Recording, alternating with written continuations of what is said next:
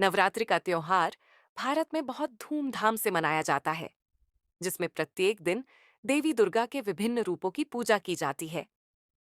नवरात्रि के चौथे दिन को देवी कूष्मांडा मां को समर्पित किया जाता है, जिनके बारे में माना जाता है कि उन्होंने अपनी मुस्कान से ब्रह्मांड की रचना की थी। उनके नाम में कु छोटा, ऊष्मा, ऊर्जा और अंडा ब्रह्मांडीय अंडा शामिल है, जो उस ब्रह्मांडीय ऊर्जा का प्रतीक है जिससे ब्रह्मांड की उत्पत्ति हुई।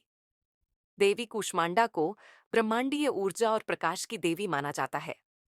हिंदू पौराणिक कथाओं के अनुसार जब सृष्टि अंधकार में डूबी हुई थी, तब उनकी मुस्कान से ब्रह्मांड की रचना हुई। उन्हें एक सिंह पर सवार दिखाया जाता है, जो शक्ति और साहस का प्रतीक है। उनके 8 भुजाएं होती हैं, जिनमें कमंडल, धनुष, गदा, कमल, अमृत कलश, चक्र, जपमाला और गदा जैसे महत्वपूर्ण वस्त्र होते हैं, जो जीवन, सृजन और मृत्यु पर उनके नियंत्रण को दर्शाते हैं। नवरात्रि के दौरान कूष्मांडा मां की पूजा करने से भक्तों को स्वास्थ्य, धन और समृद्धि प्राप्त होती है। वह ऊर्जा और जीवन शक्ति की प्रतीक है, और उनके भक्त उनसे जीवन की कठिनाइयों और बाधाओं को दूर करने के लिए शक्ति की प्रार्थना करते हैं। उन्हें स्मरण करके मानसिक शांति, सफलता और सकारात्मक दृष्टिकोण प्राप्त किया जा सकता है। नवरात्रि में पहले 3 दिन तमस, अवरोधों को दूर करने के लिए दुर्गा के उग्र रूपों की पूजा की जाती है।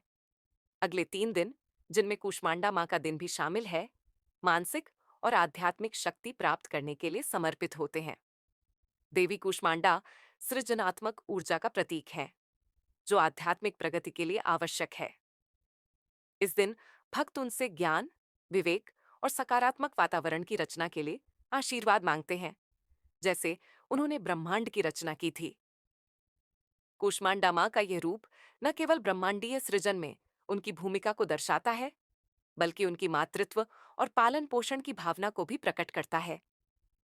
वे एक प्रेममयी मां के रूप में पूजी जाती हैं, जो अपने भक्तों को शारीरिक और मानसिक सुख प्रदान करती है।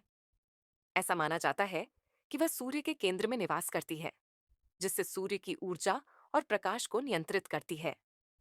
अतः नवरात्रि के चौथे दिन कूष्मांडा मां की पूजा अंधकार से प्रकाश की ओर, विनाश से सृजन की ओर परिवर्तन का प्रतीक है। उनके दिव्य रूप से सृजन और सकारात्मक ऊर्जा का महत्व उजागर होता है, जो जीवन और आध्यात्मिक विकास के लिए अनिवार्य है।